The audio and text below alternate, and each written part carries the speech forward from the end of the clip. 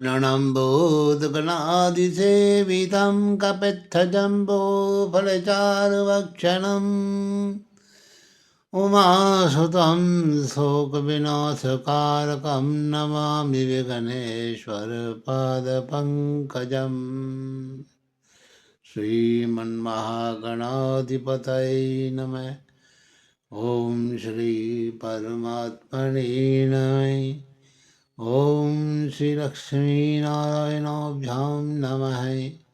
ॐ उमामहेश्वराभ्यां नमः। तो अब मैं श्रीमद् भागवत महापुराण 10वां स्कंद का 20वें अध्याय की कथा जो है आपको सुनाता हूँ, सो आप श्रद्धा भाव से इस कथा को सुने।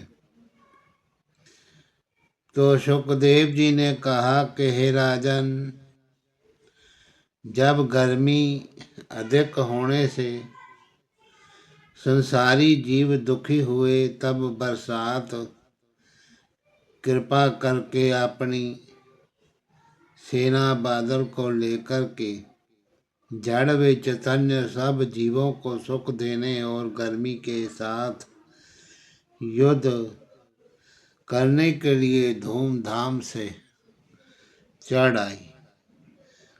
उसकी सेना में बादलों की गर्जना, मारू बाजे के समान अनेक रंग की घटा, शूरवीरों के समान बिजली का चमकना, नंगी तलवारों के समान मोरों की बोली कर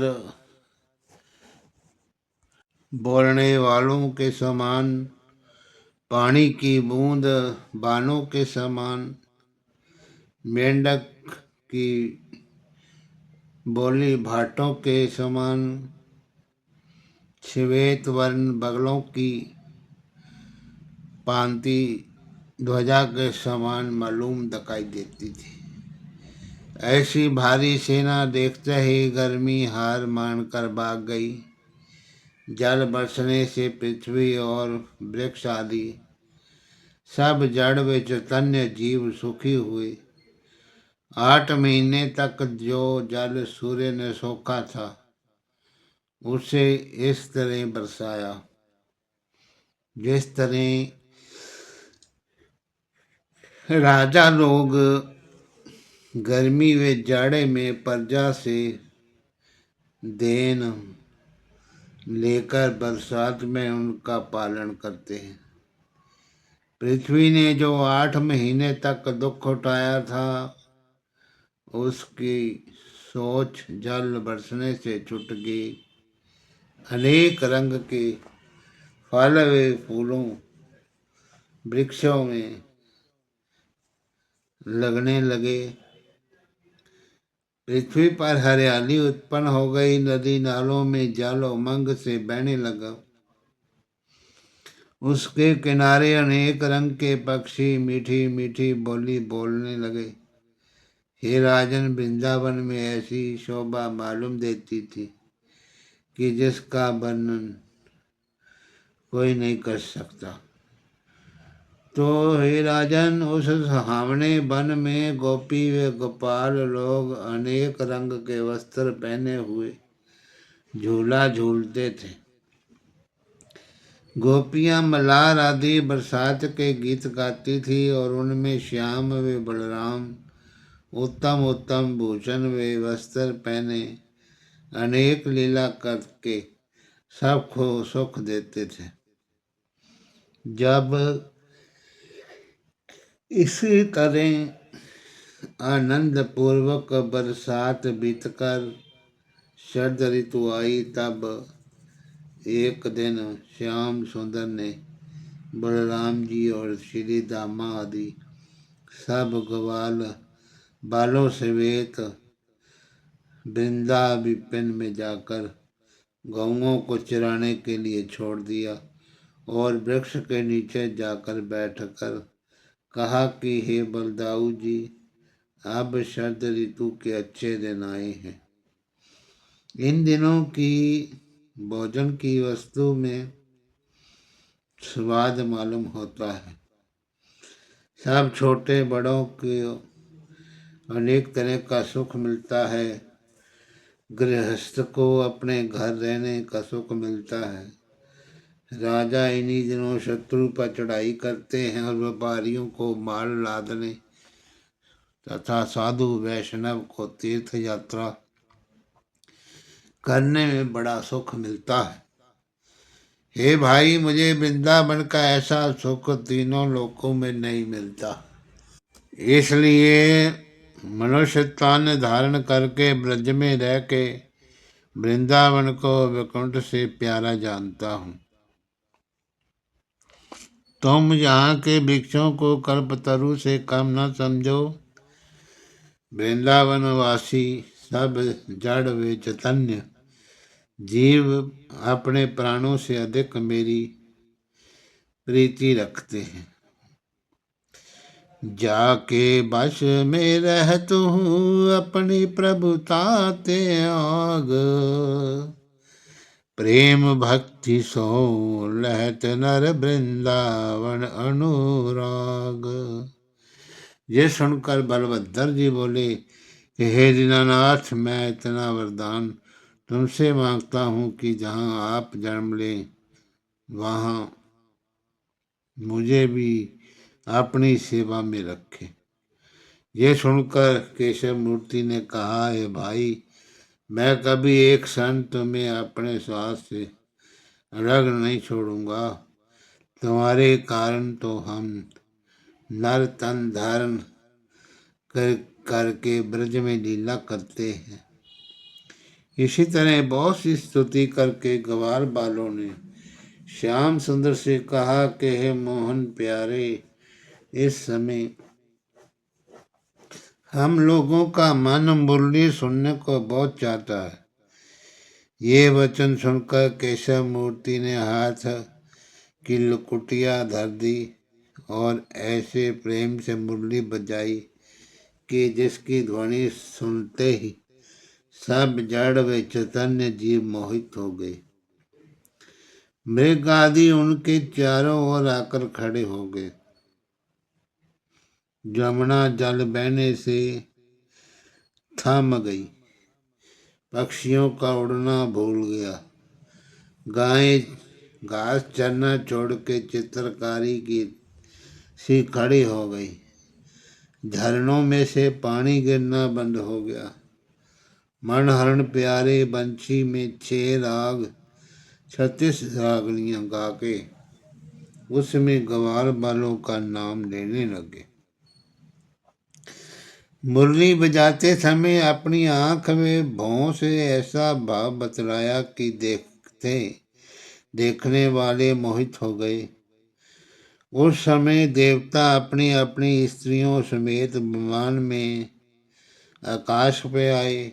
उन्होंने मुरली सुनकर अति प्रसन्न होकर श्याम सुंदर पर फूल बरसाए और कहा कि धन्य भाग्य ब्रजवासियों का है जो ऐसा सुख देखते हैं। परमेश्वर हम लोगों को वृंदावन में वृक्ष आदि का जन्म देते तो पार ब्रह्म परमेश्वर वैकुंठनाथ की सेवा करके अपना जन्म सफल करते।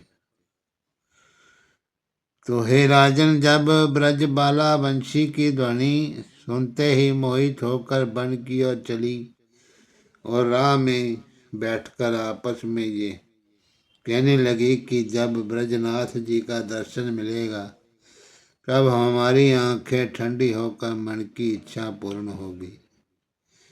अभी तो हमारा चित्त चोर वन में ग्वालों गायों के साथ नाचता गाता है।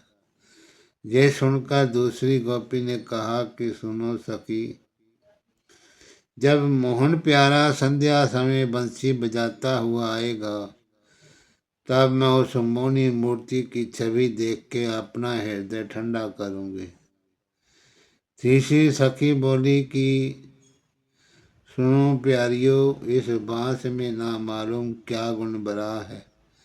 जिस बांसुरी को मोहन प्यारे हमते सुंदर वे अत्यंत समझकर आठों पहर अपने मुखार बिंद वे छाती में लगाए रखते हैं और वे वंशी श्याम सुंदर के होंठों का अमृत पी के बादल की तरह बोलती है। चौथी ब्रजमाला ने कहा कि मेरे सामने ये बांस बोया गया था, जिसकी ये मुरली बनी है, सो इसका ऐसा भाग्य चमका कि मेरी सबती होकर केशव मूर्ति की छाती पर दिन रात चढ़ी रहती है। जिस समय गोपियां आपस में ये बातें कर रही थी, उसी समय वृंदावन बिहारी ग्वाल बालों गांवों को साथ लिए मुरली बजाते हुए यहाँ पहुंचे। उस मोहन मूर्ति की छवि देखते ही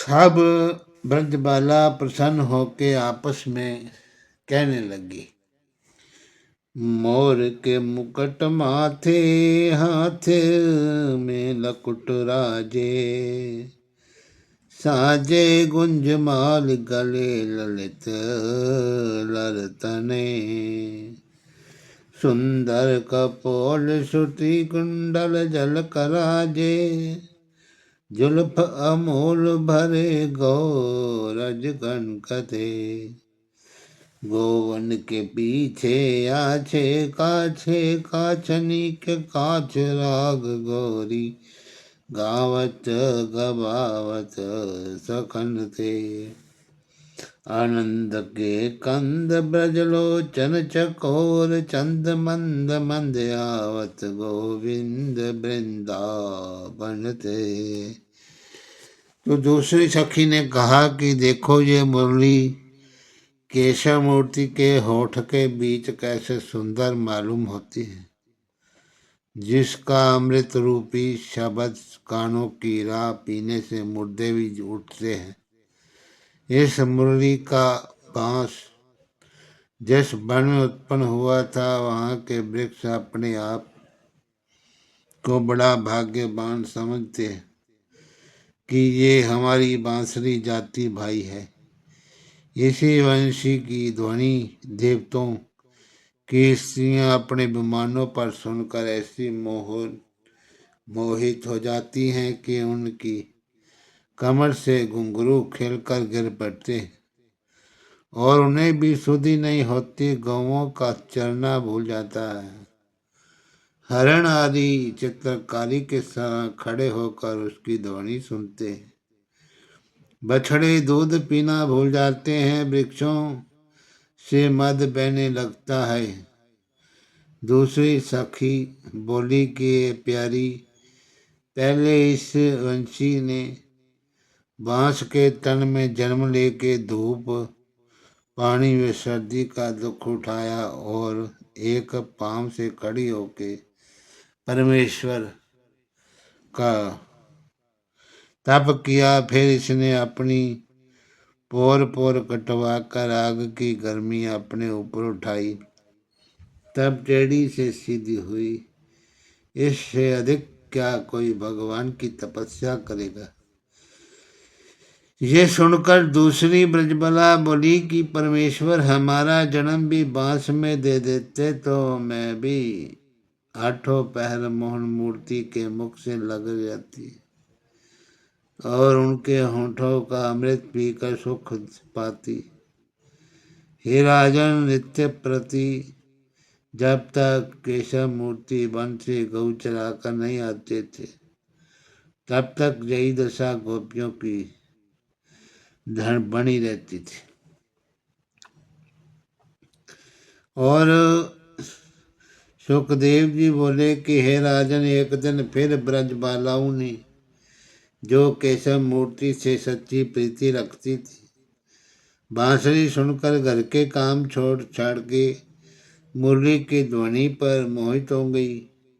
आपस में कहने लगी कि इस वन के जीवों का बड़ा भाग्य है जो प्रतिदिन श्याम सुंदर की छवि देख करके प्रसन्न होती है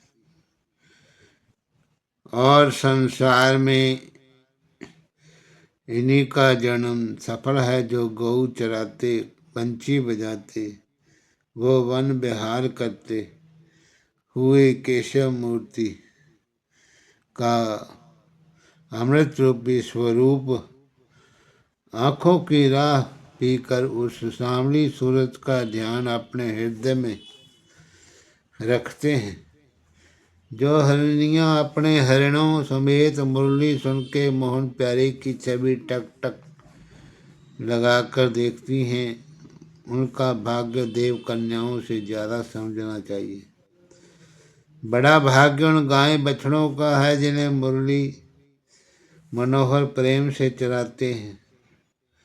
वृंदावन के पक्षियों का भी बड़ा भाग्य समझना चाहिए जो वृक्षों पर से केशव मूर्ति की छवि देख के इस मुरली को सुनकर अपना जन्म सफल करके अपने आप को सुहावनी बोलियां सुनाते हैं। धन्य बाग यहाँ की झिल्लियों का समझो जो घास छीलते समय मुरली मनोहर के अंग का छूटा हुआ केसरी व चंदन अपने मस्तक पे चढ़ाती हैं। गोवर्धन पर्वत गायें चढ़ती समय वृंदावन बिहारी का दर्शन पाकर कहता है कि मेरे बराबर दूसरे का भाग्य नहीं होगा, क्योंकि वे वैकुंठनाथ अपना चरण मेरे ऊपर धरते हैं और मैं कंदमूल आदि से श्याम सुंदर व गवाल बालों का और घास से गौओं का सम्मान करता हूँ। धन्य भाग्य वृंदावन की नदी व नालों का है जो बांसुरी की ध्वनि सुनते ही अपने बहाव भूलकर ठहर जाते हैं। यमुना आदि लहर से केशव का चरण छूकर कृतार्थ होती हैं और उसमें मनहरण प्यारे नित्य जल विहार करते हैं। क्या उत्तम भाग्य उन वृक्षों का है जिनकी छाया में नंदलाल जी बैठते हैं। बड़ा भाग्य उस घास और पृथ्वी का समझना चाहिए जिस पर केशव मूर्ति अपना चरण धर कर चलते फिरते हैं। हम लोगों का भी बड़ा भाग्य समझो जो मोहन मूर्ति की प्रीति आठों पहर हमारे हृदय में लगी रहती। हे राजन, गोपियाँ अपने ज्ञान से केशव मूर्ति को परमेश्वर का अवतार समझती थी, पर नारायण की माया जब उनको व्यापती है तब उन्हें यशोदा का पुत्र समझती थी। इससे वृंदावनवासी सब स्त्री वे पुरुष श्याम सुंदर से प्रीति रख के दिन रात उन्हीं का यश गाया करते थे। आठों पहर उनके ध्यान में मगन रहते थे। इतनी कथा सुनाकर सुखदेव जी बोले, हे राजन, कोई जीव ऐसी समर्था नहीं रखता जो उनके भेद वे महिमा को जान पहुंच सके। जिस पर वे दया रखते हैं वही उनकी महिमा कुछ जान सकता है। तो इतनी कथा सुनकर परीक्षित ने कहा कि हे सुखदेव, स्वामी श्री कृष्ण जी ने इस तरह उन सब ब्रज बालाओं की इच्छा पूर्ण की थी, उसका हाल सुनिए। इस लीला के सुनने से मेरा मन बहुत खुश होके सब सोच छूट जाता है। ये वचन सुनकर सुखदेव जी बोले, हे राजन, जब अगहन व पोष का महीना आने से सर्दी अधिक पड़ने लगी तब एक गोपी ने सब ब्रजबालाओं से कहा कि मैंने बड़े बूढ़ों के मुख से ऐसा सुना था कि अगहन के महीने में प्रातः समय यमुना स्नान करने से अनेक जन्म का पाप छुट के मनोकामना मिलती है। सो हम लोग नियम बांध के यमुना स्नान करें तो उसके प्रताप से मोहन प्यारे हमारे पति होंगे।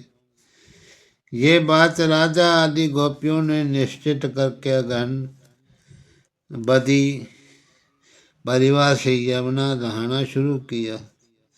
नित्य प्रातः समय राधा आदि सब ब्रजबाल उत्तम उत्तम भूषण वस्त्र पहन के स्नान करने जाते और नहाने के बाद सूर्य देवता को अर्घ देकर पार्वती जी की मूर्ति मिट्टी से बनाती थी और धूप दीप नैवेद्य आदि से विधि पूर्वक पूजन दंडवत वे ध्यान करके हाथ जोड़ के ये वरदान मांगती थी। तो इस तरह नित्य पूजा करने के उपरांत दिन भर व्रत रखकर संध्या समय दही चावल भोजन करके पृथ्वी पर सोई रहती और मनसा वाचा कर्मणा से ये इच्छा होने रहती थी कि जल्दी हमारा मन मनोरथ पूर्ण होवे। हे राजन, जब राधा प्यारी ने छोटी अवस्था में 16,000 ब्रज बालाओं के साथ, जिनमें 4 तरह की गोपियां थी, एक जनकपुर वाली स्त्रियां, दूसरी दंडकावन की ऋषि पत्नियां जो रामावतार में वैकुंठनाथ पर मोहित हुई थी, तीसरी वेद की ऋचाएं और चौथी गोलोक की स्त्रियां जिन्होंने गोपियों के तन में जन्म लिया। इसी तरह गहन भर पूजा में व्रत किया। केशव मूर्ति अंतर्यामी उन पर बड़े दयालु हुए। देखन में ये प्रेममयी गोपिन को गोपाल, भय प्रसन्न कृपाल चित जनहित दीन दयाल। हे राजन, एक दिन जिस समय वे सब ब्रजबाल यमुना स्नान में जल स्नान करके केशव मूर्ति की चर्चा आपस में करती थी, उसी समय मनहरण प्यारे भी अपनी 16,000 रूप से यमुना जल में सब गोपियों के पीठ पीछे खड़े होकर मिलने लगे। तब सब ब्रज बाला उन्हें देखते ही प्रसन्न होकर मन में कहने लगी कि जिनमें मिलने के वास्ते हम लोग ध्यान पूजा करती थी, उन्होंने दयालु होकर दर्शन दिया। फिर अपना अंग पानी में छिपा के मौन प्यारे से कहने लगी कि तुमको हमें नंगी देख के लज्जा नहीं आती? श्याम सुंदर की माया से किसी गोपी को दूसरी ब्रजबाला का हाल नहीं मालूम होता था कि उसके पीछे भी केशव मूर्ति है। इसलिए सब गोपियां अपने अपने मन में प्रसन्न होकर अपना हाल दूसरी सखी से नहीं कहती थी। जो माखन प्रभु को भजई प्रेम भक्ति के रंग, दया करे पीछे फिरे छाया समत ही संग। इसी तरह श्याम सुंदर जल विहार करके बाहर निकल आए और गोपियों के गहने कपड़े जो यमुना के किनारे रखे थे उसे तोड़ फाड़ कर फेंक दिया। जब गोपियों ने जाकर ये हाल यशोदा से कहा, तब नंद रानी बोली, तुम चाहती हो गगन से गहन तरैयावाम, सो कैसे वर पायो तुम लायक नहीं स्यो। मैं बूझी सब बात तुम हमसे कहियो कहा, वृथा फिरत अटी रात मट करो सुनी है जगत। तुम्हें ऐसी बात कहते हुए लज्जा नहीं आती? मेरे अज्ञान बालक को पाप की आंख से देखती हो। ये बात सुनकर सब ब्रजबाल हर्षपूर्वक अपने अपने घर चली गई। जब दूसरे दिन फिर सब गोपियाँ यमुना नहाने गई और तब केशव मूर्ति दीन दयालु ने विचार किया कि मेरे मिलने के बाद से इन्होंने बड़ा दुख उठाया है। ऐसा विचार करके उस दिन श्याम सुंदर ने बलराम जी से कहा, हे भाई, आज तुम गौएं वन में चराने ले जाओ, मैं पीछे से कलेवा लेकर आऊँगा। जब बलराम जी साहब सखा समेत गौ लेकर चले गए, तब वृंदावन बिहारी ने यमुना किनारे चुपचाप जाकर क्या देखा कि सब ब्रजबाल अपना कपड़ा वे गहना किनारे धर के यमुना जल में नहा रही और वैकुंठनाथ की चर्चा कर रही थी। केशव मूर्ति उनकी ये प्रीति छिपे छिपे देखकर बहुत प्रसन्न हुए।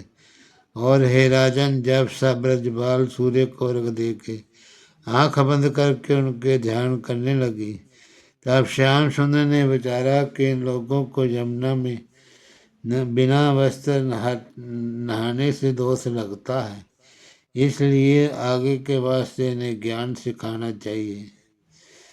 प्रेम मगन युवती सबई रही ध्यान मन लाए, हरि सब भूषण बसन ले चढ़े कदम्ब पर जाए। सब कपड़ों की पोटरी बांध कर अपने सामने धर लिया और उसी जगह खुश होकर बैठ गए।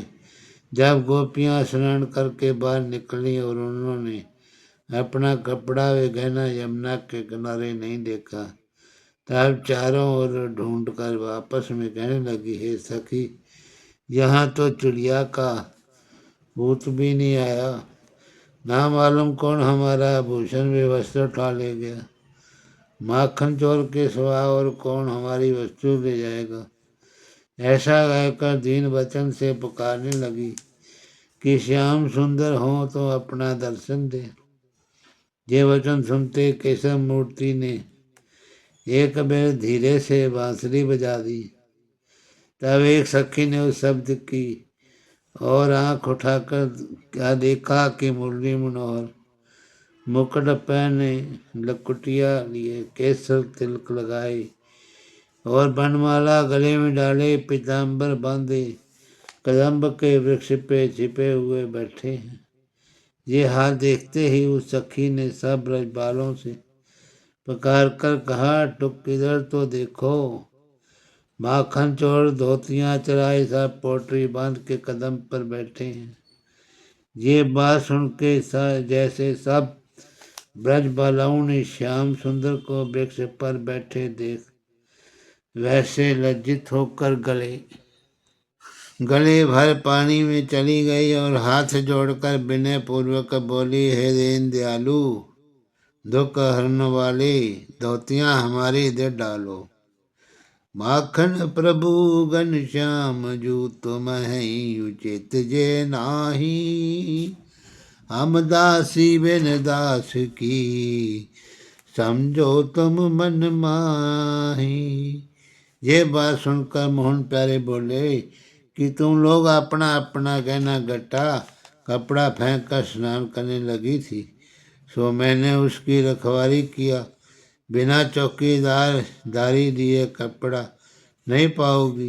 गोपियों ने कहा कि हम लोगों को जल में जाड़ा मालूम होता है, तुमको दया नहीं आती, तो तुम सब एक एक सुंदरी जल में निकलकर मेरे पास आओ, तब तब मैं वस्त्र दूंगा, नहीं तो नंद बाबा की सौगंध है, जो बिना ऐसा किए धोतियां अपना पावो। ये वचन मनहरण प्यारे का सुनकर राधिका बोली कि हम तरुण स्त्रियां तुम्हारे सामने नंगी किस तरह आवें। ये नया ज्ञान तुमको किसने सिखाया, जो हमें वस्त्रहीन देखना चाहते हो। जब इतनी विनय करने पर मोहन प्यारे ने उनका वस्त्र नहीं दिया, तब सब ब्रज बाला रुखाई से बोली कि नंद कहीं के राजा नहीं है। जो उनकी दुहाई फिर हो गई, तुम हमारी यहाँ धोतियाँ चलाकर सबको वस्त्रहीन देखना चाहते हो, ये तुम्हारा चलन हमको अच्छा नहीं लगता।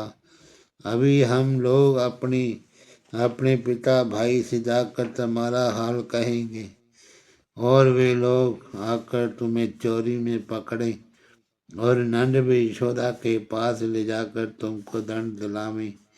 गोपियों का यह कठोर वचन सुनते ही श्याम सुंदर ने क्रोधित होकर कहा कि अब तुम लोग तभी धोतियां पाओगी जब अपने हिमाती को ले आओगी। उन्हें क्रोध में देखते ही तब ब्रजवाला डरती कांपती हुई बोली, हे दीन दयालु, हमारा पति रखने वाला तुम्हारे सिवा दूसरा कौन है जिसे अपना हम सहायक बुलावें। तुम्हारे चरण की दासी होने के लिए हम लोग यमुना स्नान व्रत और पूजन करती हैं।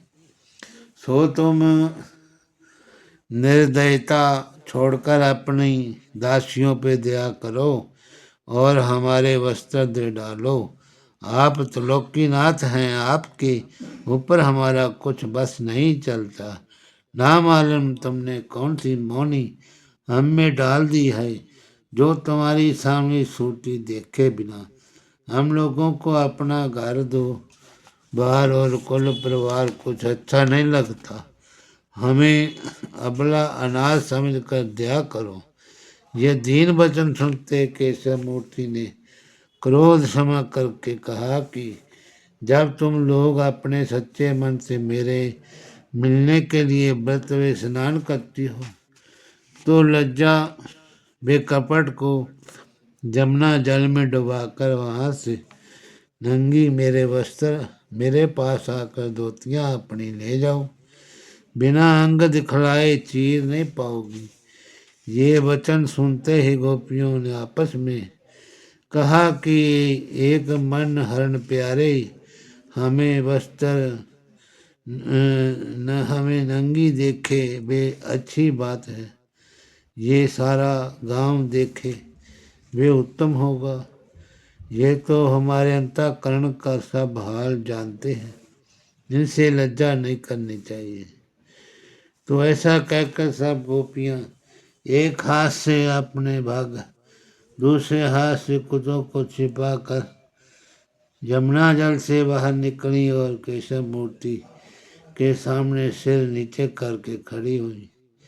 तब मुरली मनोहर ने कहा, अभी तक तुम्हें मुझसे कपट बना है।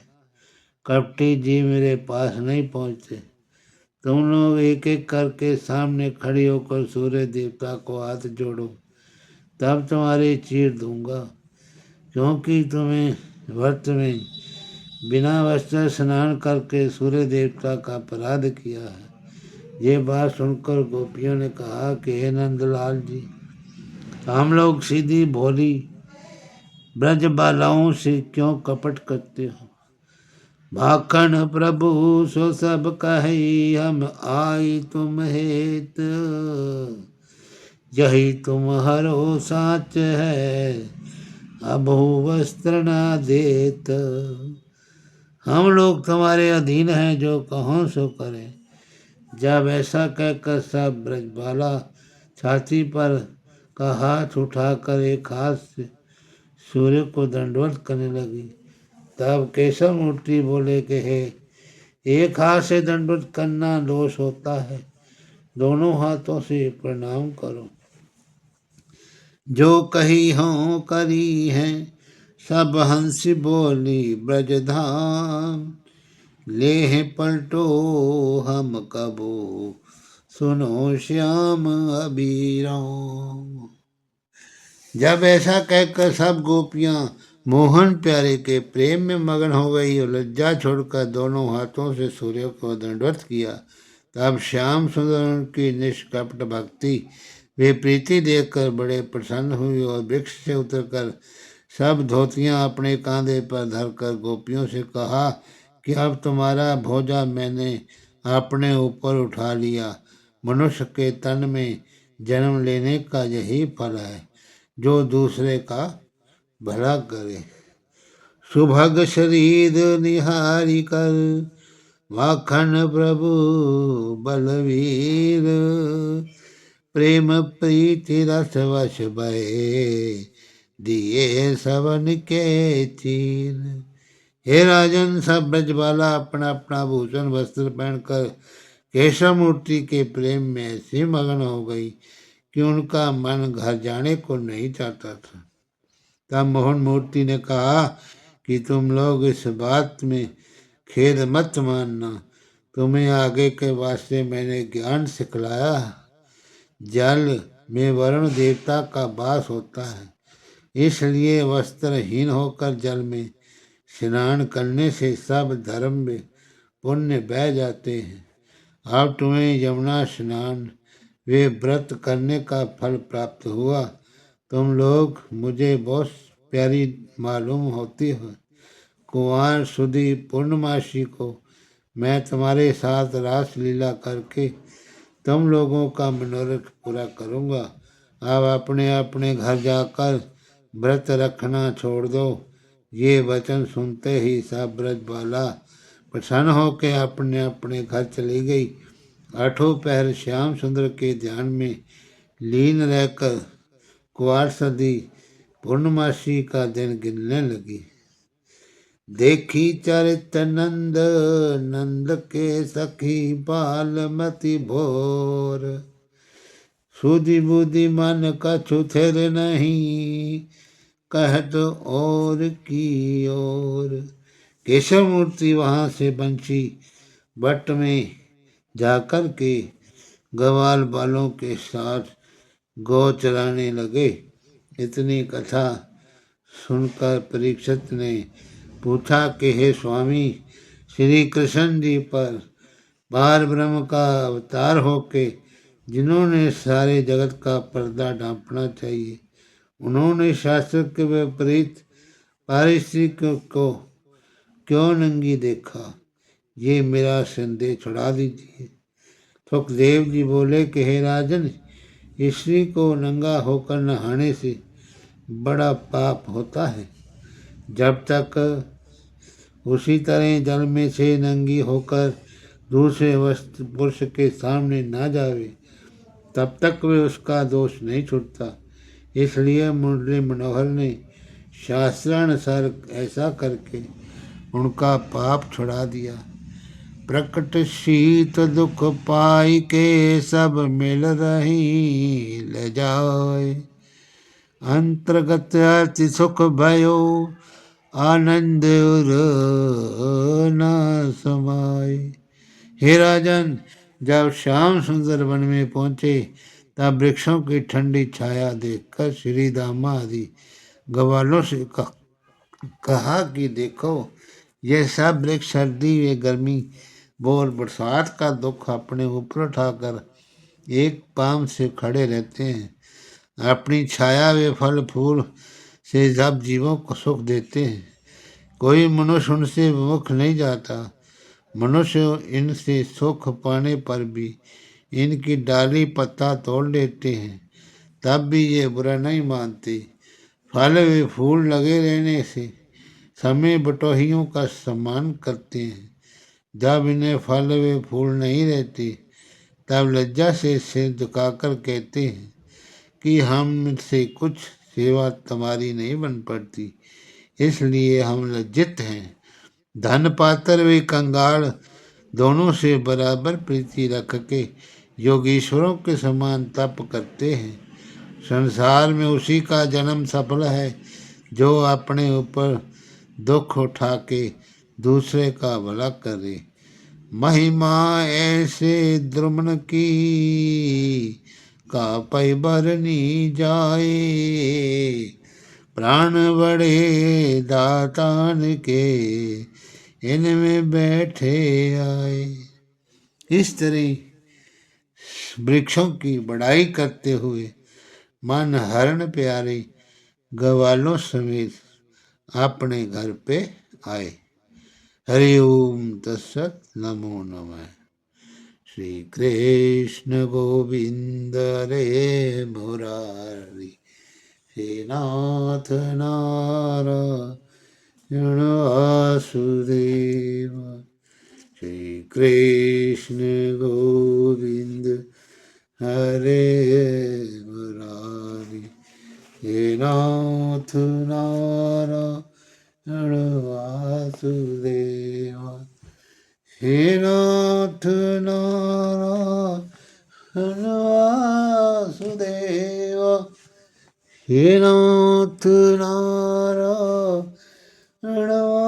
वासुदेव श्री कृष्ण गोविंद हरे मुरारी हे नाथ नारायण वासुदेवा।